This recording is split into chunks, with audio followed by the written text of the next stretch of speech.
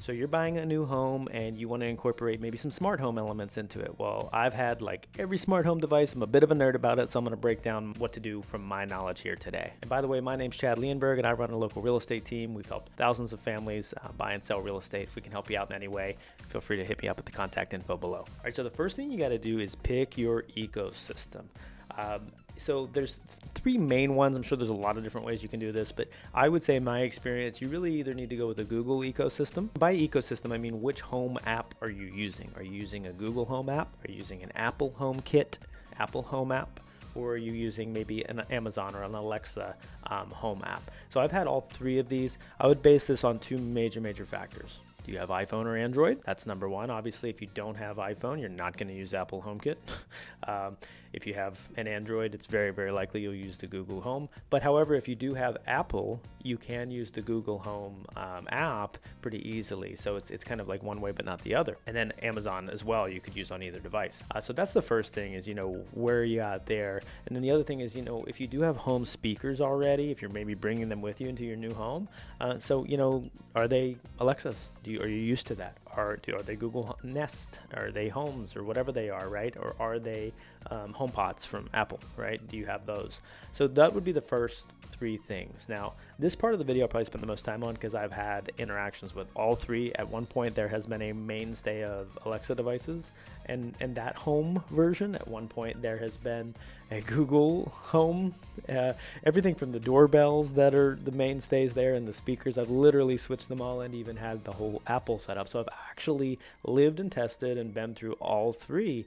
Our family has had to deal with my changing and flip-flopping on those, but you get the benefit from the experience I've had from them. So one of the things I'll say is Alexa, and that is it's just my least favorite. I don't know if I just had more trouble with things working right. There was too much setup, a lot of extra plugins required through the app, like just signing into a lot of stuff because it's not as integrated. And I've even had the TV system where we had the Alexa, I think it was like a cube at one point that you could talk to it and tell it to play stuff on the TV. So it was like having a Chromecast or an Apple TV. And I don't know, Alexa to me is a lot of almost like bloatware. And I just wasn't a big fan, but probably the easiest device to recognize your call out to Alexa or whatever you end up calling your speaker. In second place, I'd probably actually put the Apple HomeKit system, which I do use. I'll get to why I don't put it in first when I get to Google's, but with Apple, it works really well, but it's just not it's limiting. If you're not a big Apple person or iPhone person, obviously this is going to be totally pointless for you. And there's not a ton of options when it comes to speakers or sometimes even now devices. I mean, there's just not as much. With Google, I think you have the best of all worlds. It's the simplest. I think just easy to use. I like the UI, the layout. I think there's a lot of devices that work with Google Home. The Nest Cam system is super good. So it can even link with your Google Photos and recognize people when they come to the door if you have the Nest doorbell. So, Google is my top vote. However, I do use Apple HomeKit. So anyways, once you've gotten your system picked and you know what it is, you need to decide if you have any security. Are you going self-monitored or professionally monitored? So if there's a security system in the house already wired in, or maybe you're hiring a company, maybe you want that professional monitoring, it's going to be more costly for sure. And I don't think that the tech integrates as well into the day-to-day. So I simply won't use those because it's not that I like to monitor my own system, but it's just I have way more functionalities where I can program automations. Like if there's motion detected on this camera, turn these lights on. There's certain managed security systems where that doesn't work as smoothly because the apps don't tie well. So this is going to depend a lot on who your provider is, but I'm just here to give you some things to think about when you're deciding. So for me, I've always went self-managed. We actually have the Google Nest system, and we had some devices that wouldn't go into Apple HomeKit, so I bought an adapter. I think it was, it was under $100 or less to make the Nest Cam sync to my Apple HomeKit, because like I said, some of the devices for Apple HomeKit don't actually sync well. And Google Nest Cams were one of them, at least the models that I have. We do have a Nest Cam system in our Apple HomeKit, but prior to that, I've had to use devices that are specifically for Apple HomeKit, like a Logitech doorbell, a Logitech video doorbell I had before. But either way, you've got to decide, are you self-monitoring or are you doing a professionally monitored system? My recommendation is go self-monitored.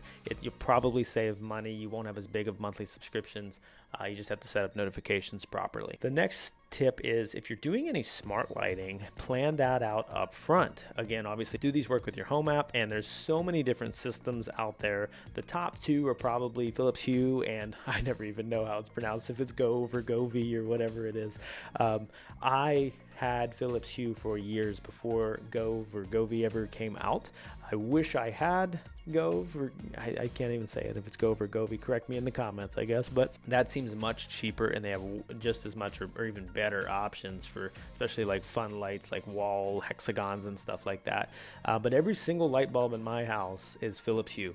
Every single one is a smart bulb, and they're all programmed. There's different scenes we have, like when we watch Formula One races, I say set Red Bull, and there's because I'm a Red Bull fan, and there's blue, yellow, and red lights that go on, and if the Tampa Bay Lightning are playing, it's blue and white goes on, so cool things like that. And then we also like to go. I do daylight during the day. If it's sunny outside, we'll put our lights on a white light because it feels like daylight.